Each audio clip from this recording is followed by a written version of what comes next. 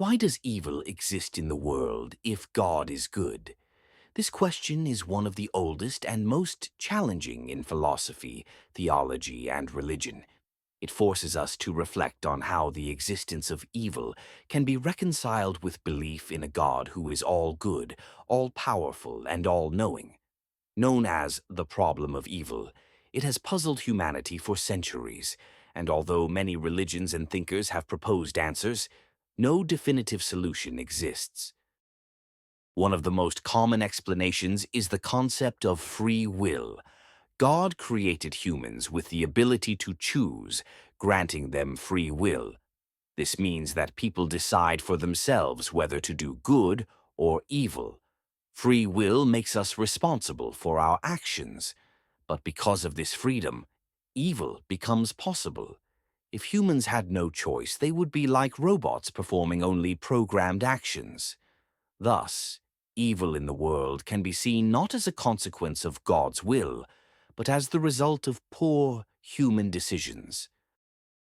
Some religions view evil as a test or a means of perfecting the human soul.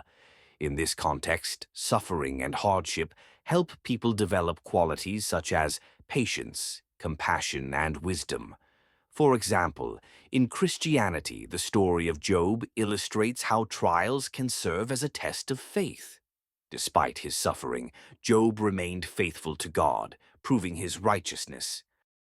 Another approach suggests interpreting evil as the absence of good. St. Augustine believed that evil is not an independent entity, but a lack of divine light.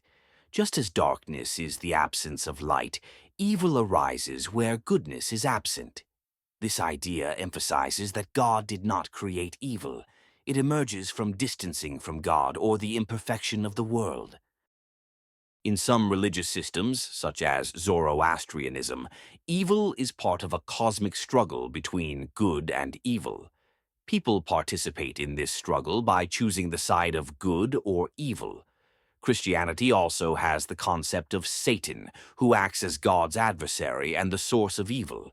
But even in this case, evil is considered temporary and subject to God's will, and it will ultimately be defeated. Often, what we perceive as evil may result from our limited understanding of the world. Natural disasters, diseases, or death may seem unjust, but in many religions these phenomena are viewed as part of God's plan. Human reasoning cannot always grasp the causes of these events. Therefore, evil may not be an absolute reality, but rather a subjective perception. The question of responsibility also arises. If God allows evil to exist, does this make him responsible for it? One possible approach is that God created the world with all its laws, but allowed it to evolve independently.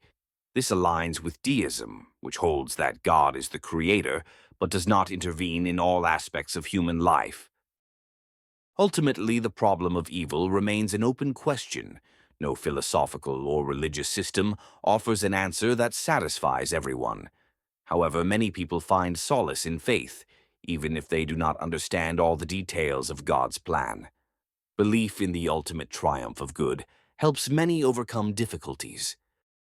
The problem of evil remains one of humanity's greatest mysteries. It forces us to think about our values, choices, and beliefs.